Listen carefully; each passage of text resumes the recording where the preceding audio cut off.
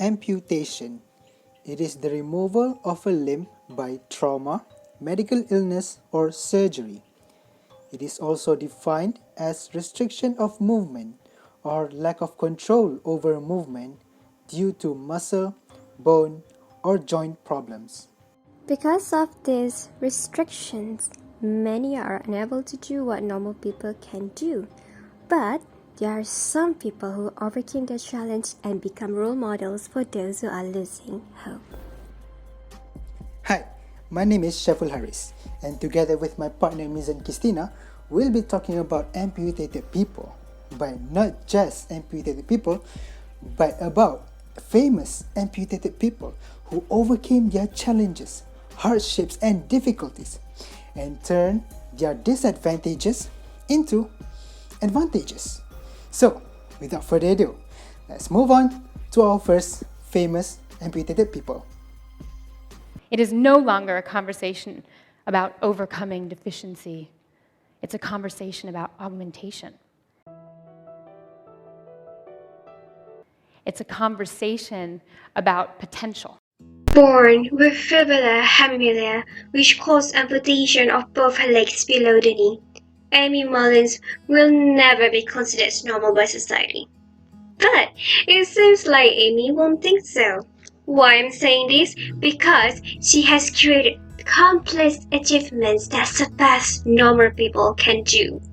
Curious? Well, let me introduce you to this amazing woman. Amy Mullins, born on July 7, 1975 in Allentown, Pennsylvania. She has graduated from Georgetown University with a double major in history and diplomacy. She is now age 45 and works as an actress, athlete, fashion model, and orator. She is the first person to wear the custom-made woven carbon fiber prosthetic that were modeled after the hind legs of a cheetah that are now the world standards in sport prosthetic. In 1999, Amy made her first runway in London, walking alongside with the other supermodel in custom carved wooden legs that were made to look like boots. Amy Mullins gained the attention of fashion world and managed to appear in top fashion magazines like Elle, Harper's Bazaar, Vogue, W, and Glamour. In 2007 until 2008, Amy Mullins was elected as the president of Women's Sports Foundation. Amy Mullins' achievement does not stop there. In 2011, she was named as the Global Ambassador of L'Oreal Paris. I do find something very interesting about Amy Mullins. She never liked being called a disabled. She has her view and definition of the term disabled. I think that the only true disability is a crushed spirit. You know, it is really hard to master the art of drum with both hands, but the next person of interest is able to master drum without his left hand.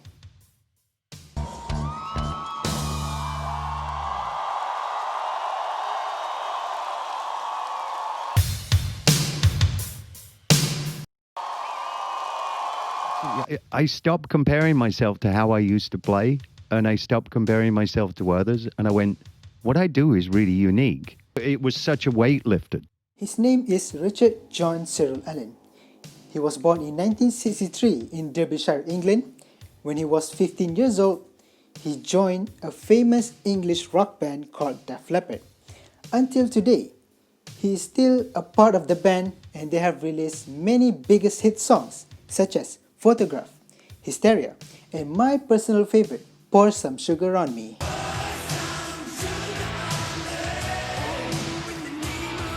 Pour some sugar. This amazing and empowering song may not be possible without, you guessed who, Rick Allen. What makes his story much more interesting is that one day in 1984, he got in a car accident which he was speeding in a country road near Sheffield. As a result from the accident, his left arm was detached from his body. At first, he swore that he wanted to stop playing drum, but miracle happened. He found his courage and motivation to continue playing with the instrument. After a while, he said in an interview that he believes that he played better than when he did with two arms. God gave me a little foot, and I've got two toes so I can do the peace sign. Peace, how you doing?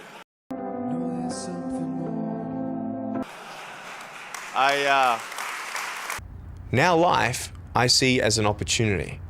This circumstance, there's got to be something good. No arms, no legs. No worries, mate. The last amputee that I would love to show to you is Nick Vujicic. For sure, this name must ring a bell in your minds right now. A limbless guy that inspired thousands or even millions of people around the world.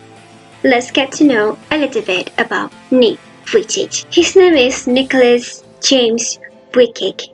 He is born with a rare physical disorder called phocomelia, which can be understood as the absence of arms and legs.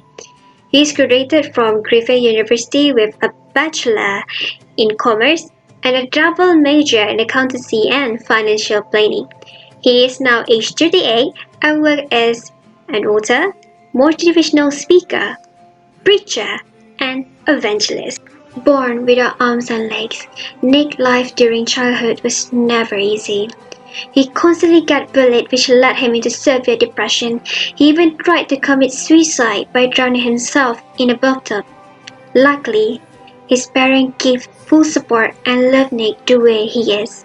With his parents' support, Nick started to embrace himself, has faith in God, never give up when he falls down, and keeps trying. At the age of 17, Nick started to deliver speeches to young adults, teachers, students, and even working professionals. At the age of 25, Nick established a non-profit organization called Life Without Limb. It is an organization that's all about sharing the same hope and genuine love that Nick personally experienced with all the people around the globe. For as long as I try, there's always that chance of getting up. Does that make sense?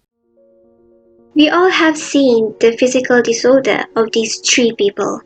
Now, I would like to discuss the developmental issue connected with them, starting from nature versus nurture. That can be understood whether the developmental of these people is mainly influenced by the biological inheritance or environmental experience. Mullins and Nick Vujicic have their way of thinking since they have physical disorders since birth. They have high motivation and believe in their potential to keep bringing them forward in life. This shows that their nature mainly influenced their development. As for Rick Allen, even though he thought his drumming days were over and started to lose hope, his friends still encourage him. His development is being nurtured by the people who surround him. For the next developmental issue, which is early versus later experience, it can be seen that physical disorder from Amy Mullins and Nick Vujicic has naturally happened since they were born. As for Rick Allen, the amputation of his left arm was caused due to a car accident. The last developmental issue that I will mention now is continuity versus discontinuity. The continuity-discontinuity issue focuses on the extent which development involves gradual, cumulative changes, or distinct changes.